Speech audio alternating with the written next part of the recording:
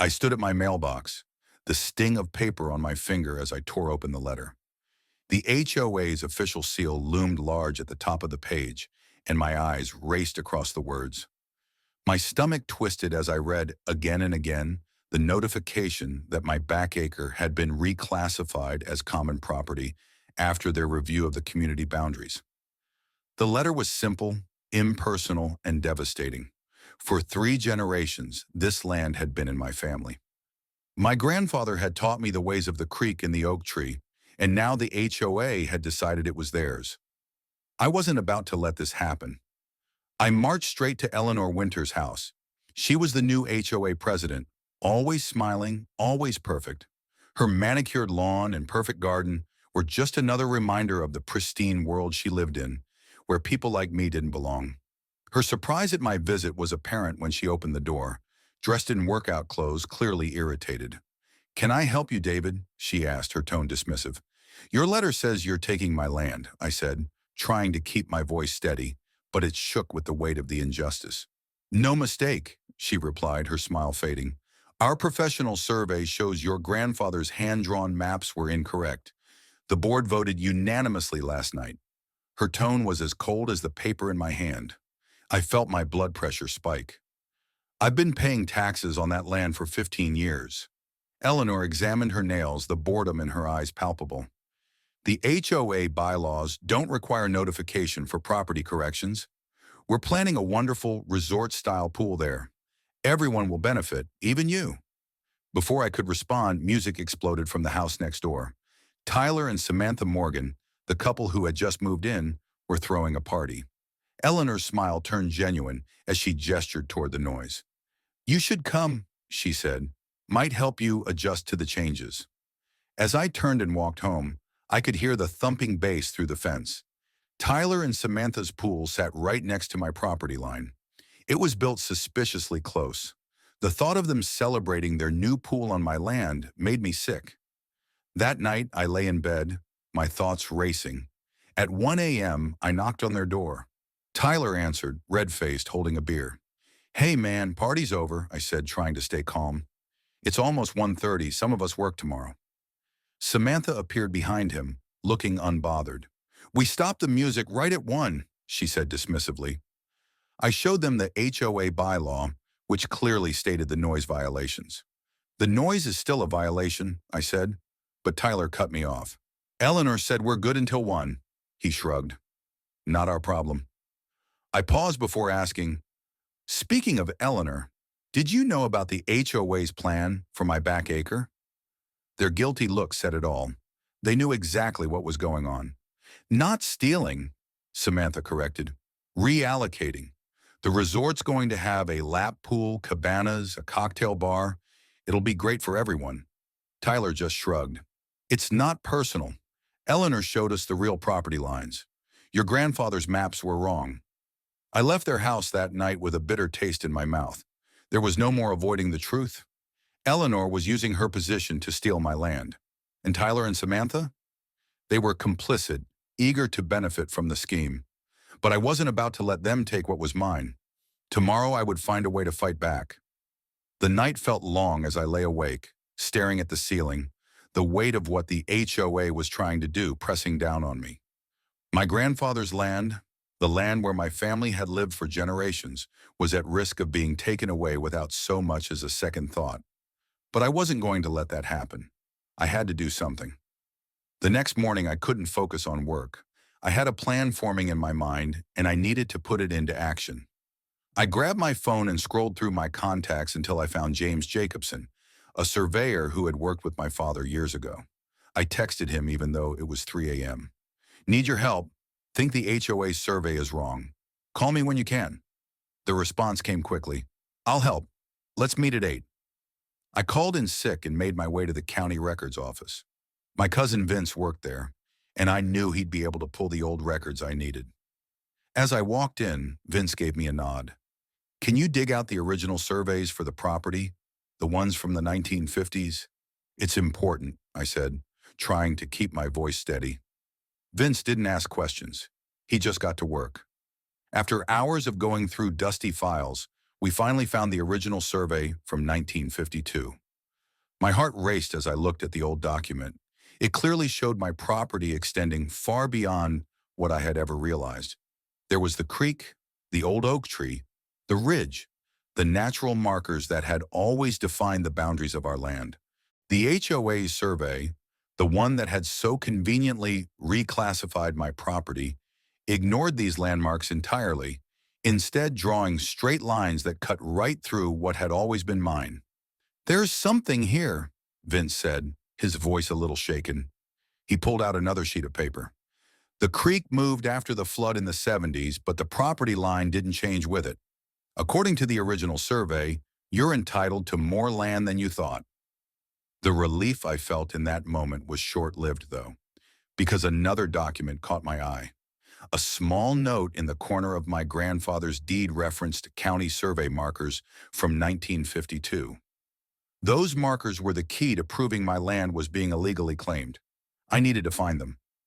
Before I could react, my phone buzzed with a new text from Eleanor. "Community announcement. Groundbreaking for Pinecrest Resort begins Tuesday. Please clear any personal items from the designated area." 5 days. That's all the time I had before they started bulldozing my family's land. I left the county records office with my head spinning. There was so much more at stake here than just a property dispute. This was about preserving the legacy of my family, about protecting the history of the land. On my way home, I drove past the Morgan's house. Workers were setting up a sound system by their pool, gearing up for another one of their parties. Tyler waved cheerfully as I passed, clearly oblivious to the storm that was brewing. I couldn't sleep that night. I kept thinking about the 1952 survey markers and the possibility of proving my property's true boundaries. But I needed help to find them. James Jacobson had the equipment, and I knew he was the person I needed by my side. The next morning, Jacobson arrived at my house with all his tools, ready to get to work.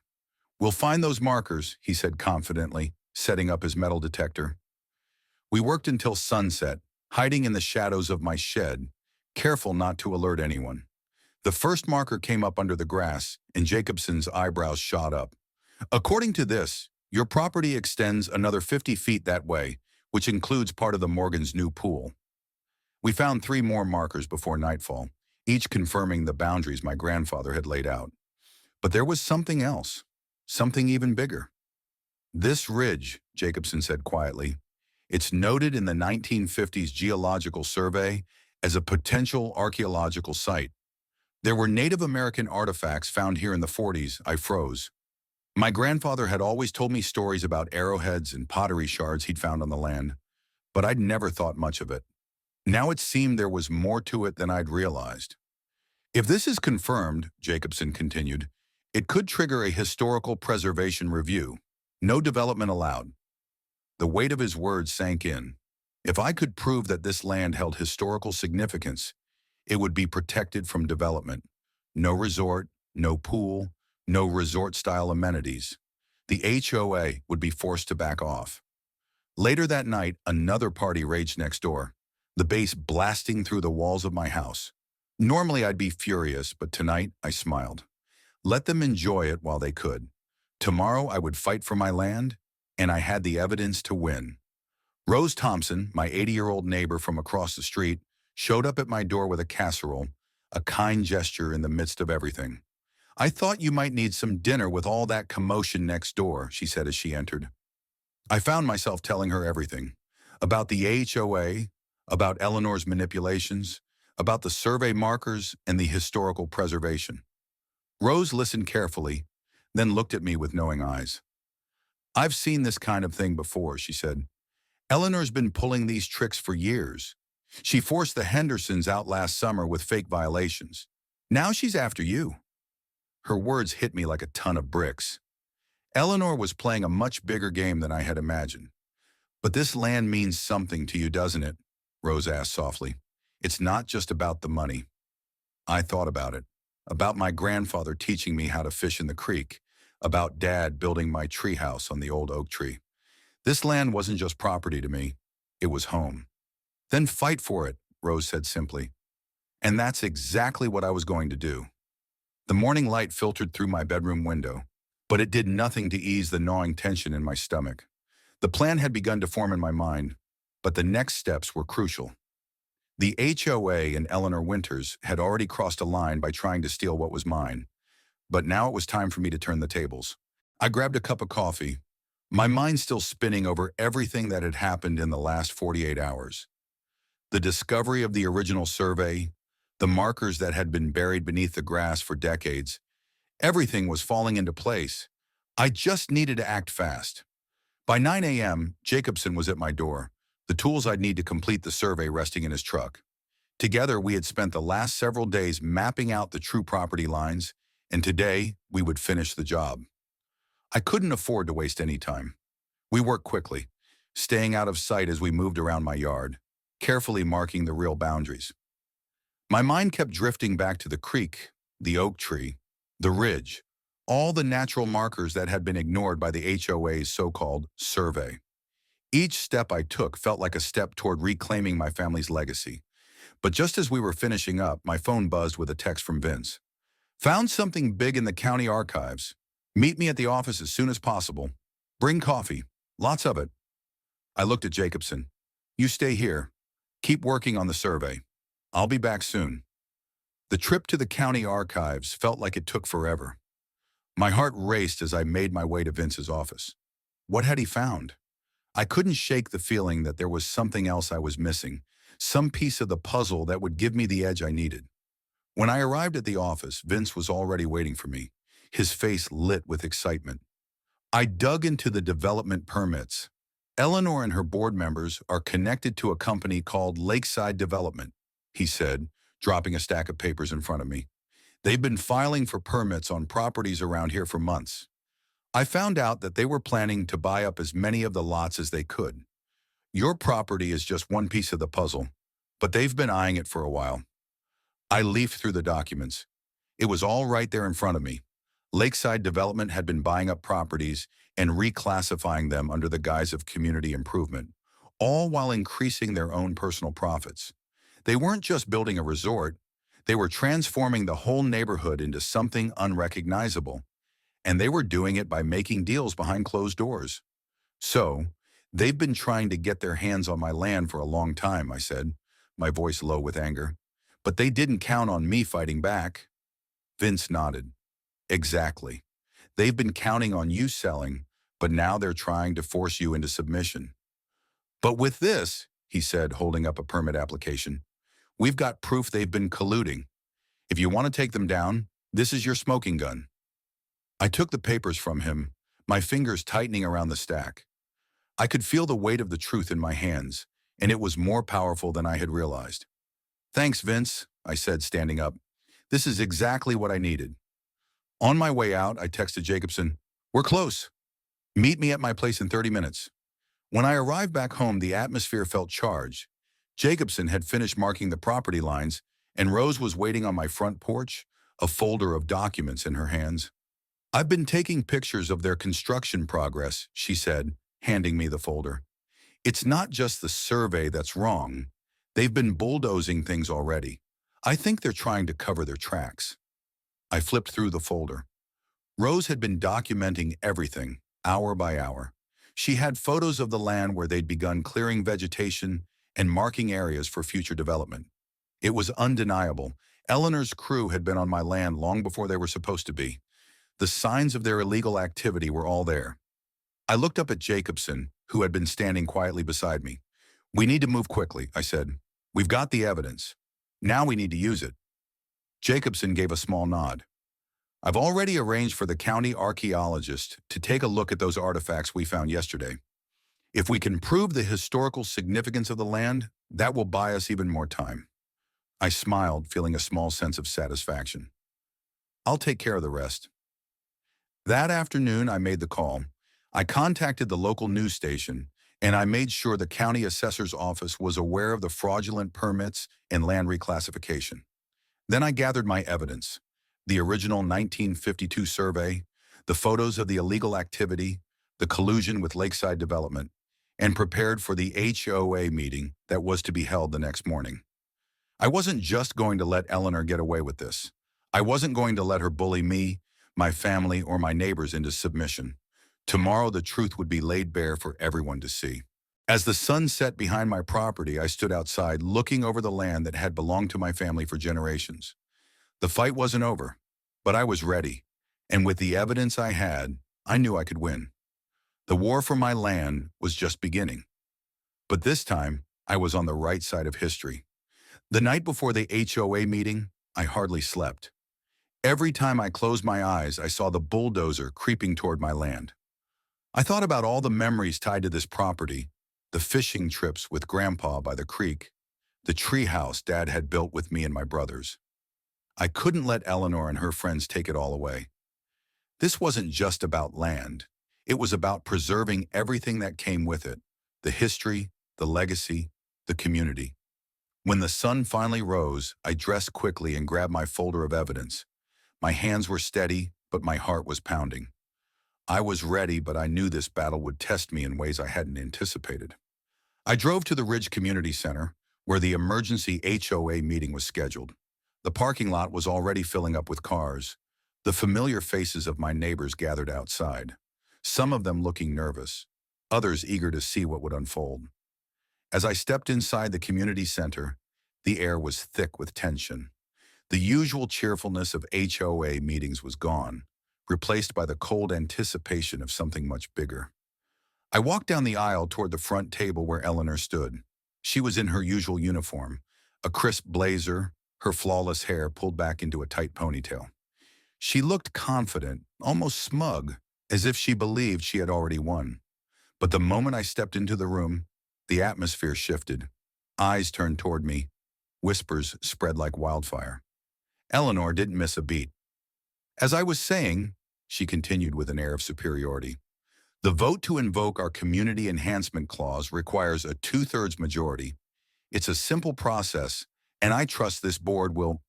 Before you continue, I need to speak, I interrupted, my voice cutting through the room like a knife. Eleanor froze, her smile faltering just for a moment. David, you're out of order. We're following Robert's rules here. Please sit down. I didn't sit. Instead, I walked to the front table and opened my briefcase, setting down a stack of documents. You've been breaking the rules, Eleanor, I said, my voice calm but firm. And now it's time to face the consequences.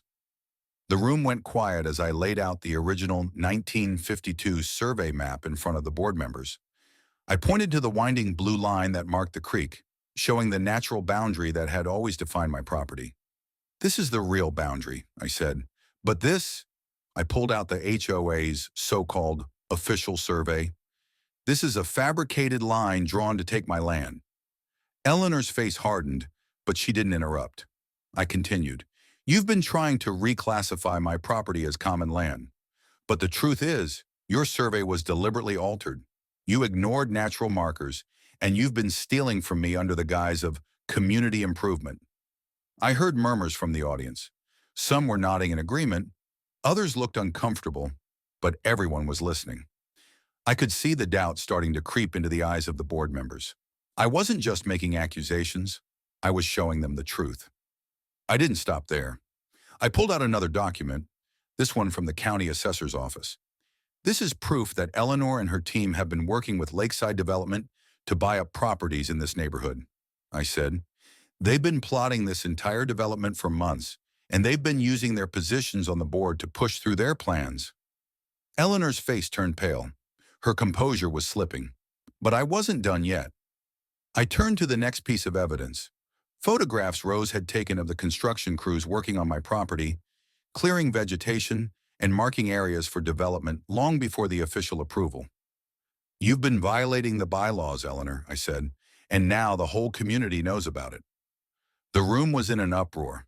Neighbors were whispering to each other, some shocked, others angry. Some stood up, shaking their heads, murmuring about the damage Eleanor had done to the neighborhood. You can't do this, Eleanor finally spoke up, her voice cold with fury. You're trying to destroy everything we've worked for. Everything you've worked for, I said, barely containing my anger. This isn't about a community pool, Eleanor. This is about taking people's homes and making a profit. This is about greed. Eleanor opened her mouth to retort, But before she could, I pulled out one last piece of evidence. I had been waiting for this moment. I pulled a small plastic bag from my briefcase and held it up for everyone to see. Inside were the artifacts we had found during the survey: arrowheads and pottery shards, ancient artifacts dating back over 800 years. These, I said, my voice steady, are proof that this land holds historical significance. I've already filed for a historical preservation review. No development can take place here until that review is completed. The room fell silent again, the weight of what I had just said sinking in. Eleanor's eyes narrowed, her jaw clenched. "This is all just a delay tactic," she said, her voice tight with frustration. "You're not going to stop us. We've already got investors lined up, contracts signed. You can't hold up progress for something as trivial as a few old artifacts." But her words rang hollow. The county would review the preservation status. The truth was now out in the open, and there was no going back. The board members looked at each other, uncertainty in their eyes. "That's enough, Eleanor." One of the board members, Diana Chun, spoke up, her voice calm but firm.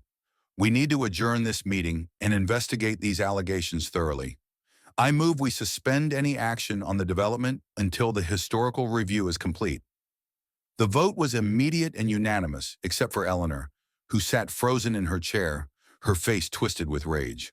I stood there breathing heavily, knowing the battle wasn't over, but this was a significant victory. For the first time since I'd received that letter, I felt like I had a fighting chance. The meeting dissolved into chaos as the neighbors began to talk among themselves. The Morgans were on their phones, no doubt trying to salvage whatever they could. As for Eleanor, she was visibly defeated, but I knew she wouldn't give up that easily. Her eyes promised revenge. "Thank you, David," Diana said quietly as the crowd thinned out. "We'll handle this, but you've done more than you realize today." I nodded, my mind already shifting to the next phase. This was far from over, but I had the upper hand now. As I left the community center, the sun was setting, casting long shadows over the land I was determined to protect. I wasn't sure what Eleanor would do next, but I knew one thing for certain: I wouldn't back down. The days after the HOA meeting were filled with tension, but also a quiet sense of triumph. For the first time in months, I felt like I had a fighting chance. The historical preservation review had been initiated, the community had seen the truth, and Eleanor was temporarily sidelined. But as I sat in my living room, looking over all the documents I had gathered, I knew this battle was far from over. Eleanor Winters was a force to be reckoned with, and I wasn't naive enough to think she would simply back off. The first sign that things were escalating came in the form of a certified letter. I opened it slowly, my heart sinking as I read the contents. The HOA was invoking their emergency powers clause. The letter detailed that a new special board meeting was scheduled for the following week. The tone was threatening, and the language they used made it clear they were coming for me. Eleanor and her team were moving forward with their plans to push me out, no matter the cost. That night, I went over every piece of evidence again. The photos of the construction crews, the emails from Lakeside Development, the historical survey markers. It was all carefully organized, but I knew it wasn't enough. They needed more. I didn't want to fight fire with fire, but at this point I had no choice. I needed to prepare for the next round. I called Jacobson. He picked up on the first ring. "David," he said, his voice tense, "they've filed permits for more work on your property. I've got a feeling they're moving faster than you think." "I know," I said, feeling the weight of everything pressing down on me. "But we have to fight back. I need everything you've got. Documents, maps, anything you can find that proves they're trying to cheat the system. I don't care if it's from 1952 or last week. We need more." Jacobson agreed. "I'll pull everything I can find. Meet me tomorrow." The next day, we met at the county records office. Jacobson came prepared with a stack of files and maps. As we sifted through the dusty papers, we discovered more inconsistencies in the county's property records. There were notes about zoning changes that hadn't been filed properly, and several applications for permits that were never properly signed off on. Eleanor's connections with Lakeside Development were much deeper than I'd anticipated. "We've got them," Jacobson said quietly as he flipped through the final stack of documents. "If you're willing to take this public, we have enough to not only stop the development, but potentially have the entire project canceled. I looked at the papers, my pulse quickening. This was what I needed, a smoking gun. But I couldn't do this alone. I needed the community behind me, and I needed the media. It was time to take this battle to the next level. I called Rose and told her to rally the neighbors. It was time for them to see just how deep Eleanor's corruption ran. As I hung up, I called the local news station too. The media needed to be involved and fast. If we could get the public behind us, Eleanor's empire would crumble. The day of the next HOA meeting arrived. This time I wasn't going to wait for Eleanor to call the shots. I had prepared a presentation that would lay out everything. The fraudulent permits, the unfiled zoning changes, the evidence of collusion with lakeside development. But what would truly change the tide was the media presence. I had spoken with a local reporter, and he was going to be there to document everything. I arrived early, my heart pounding as I stepped into the community center. The place was already buzzing with activity. Neighbors were exchanging whispers, many of them looking at me with curiosity, some with open hostility, but others with newfound support. I could see a few familiar faces from the previous meeting, their eyes a little more wary this time. When Eleanor walked in, she didn't look as confident as she usually did. She was flanked by a couple of lawyers and board members, but there was a tightness around her mouth that made it clear she knew things weren't going to go as smoothly as she had hoped. The moment she stepped to the podium, the room fell silent. We've called this meeting today to address the continued disruptions to our planned community improvements. Eleanor began, her voice laced with tension.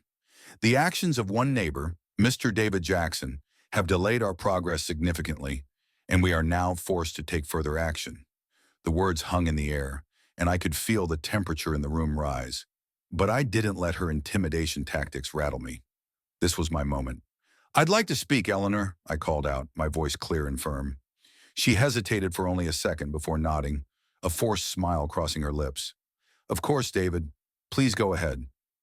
I walked to the front of the room, and for a moment, I just looked around at the familiar faces in the crowd. The neighbors, my neighbors, the people who had lived alongside me for years. I had fought for this land, for its history, for my family. But now it was time to fight for them too. "I'm not here to disrupt this neighborhood," I began, my voice steady. "But I am here to stop the HOA from using its power to steal what doesn't belong to you. You've manipulated the system, lied to the community, and tried to erase history, all for the sake of money." I pulled out the documents and began to lay them out in front of the crowd. These are the original property surveys, showing the true boundaries of my land. These are the zoning permits you failed to file properly. And then, I said, holding up a copy of the emails from Lakeside Development, is proof that you've been working with them to push through this development without concern for the people who actually live here. The room was dead silent. People were shifting uncomfortably in their seats, some looking at Eleanor, others looking at me. And that's when I saw it. Eleanor's face had turned white. She was cornered, but I wasn't done yet. I turned to the side where the local reporter was sitting with his camera. "And this," I continued, "is where it gets really interesting. We've got a team of experts who have verified the historical significance of my property.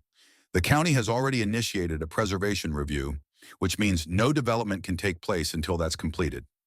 I've also filed an ethics complaint against the survey company Eleanor's brother-in-law works for, and the county has found several instances of improper filings." I paused, letting the weight of my words sink in. Eleanor looked like she might explode, but she was trapped, and I had the press on my side.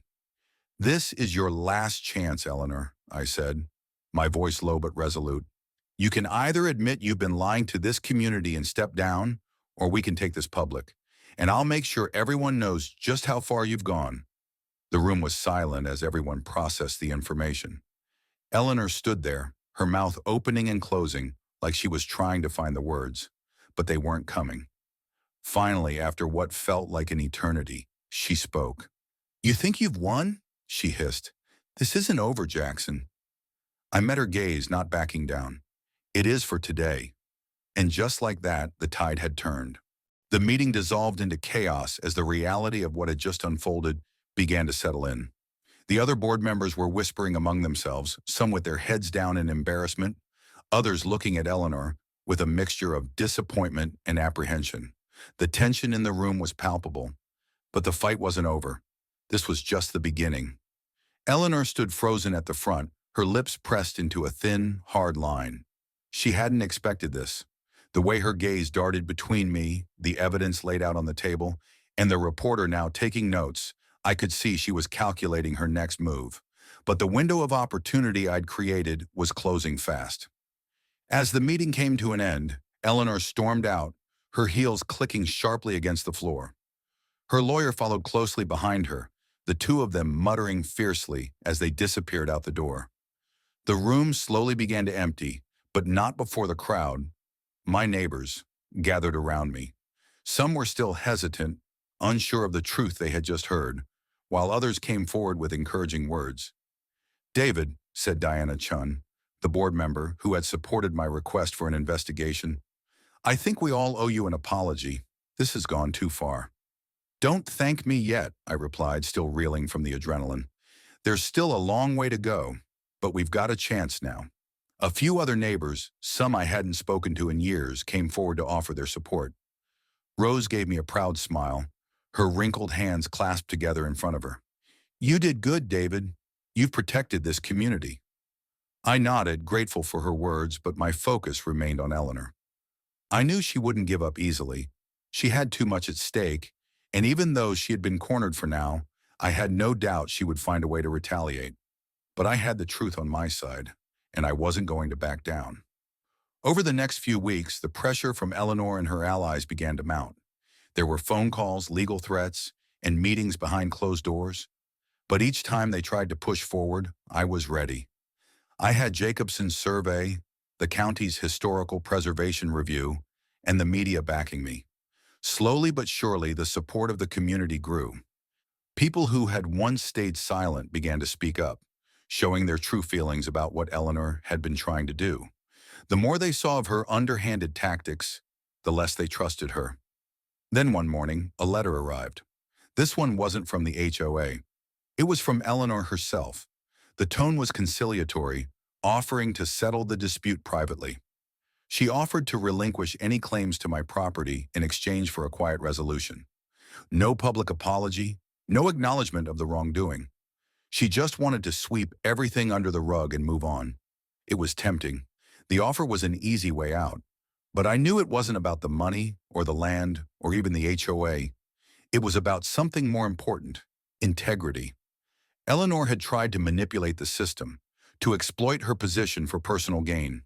If I accepted her offer, it would be an admission that everything she had done was acceptable, that her actions were simply business as usual. I couldn't let that happen. The community deserved better. My family deserved better.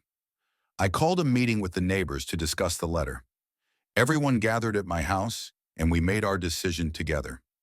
We would not back down. We would continue to fight for the integrity of the community, for what was rightfully ours. Shortly after, the HOA disbanded the development project. The historical preservation review resulted in a protected status for my land, and the resort idea was put to rest once and for all. Eleanor's grip on the neighborhood weakened, and soon she left the community entirely, her name tarnished beyond repair. The board members who had supported her also resigned, leaving the neighborhood in the hands of a new, more transparent leadership. In the end, the victory wasn't just mine. It was for everyone in the neighborhood who had stood with me, who had supported what was right. It wasn't a perfect resolution, but it was a fair one. The land stayed in my family, the neighborhood was preserved, and the community learned a powerful lesson. The lesson: the battle for my land wasn't just a legal fight. It was a battle for values, honesty, integrity, and the power of community.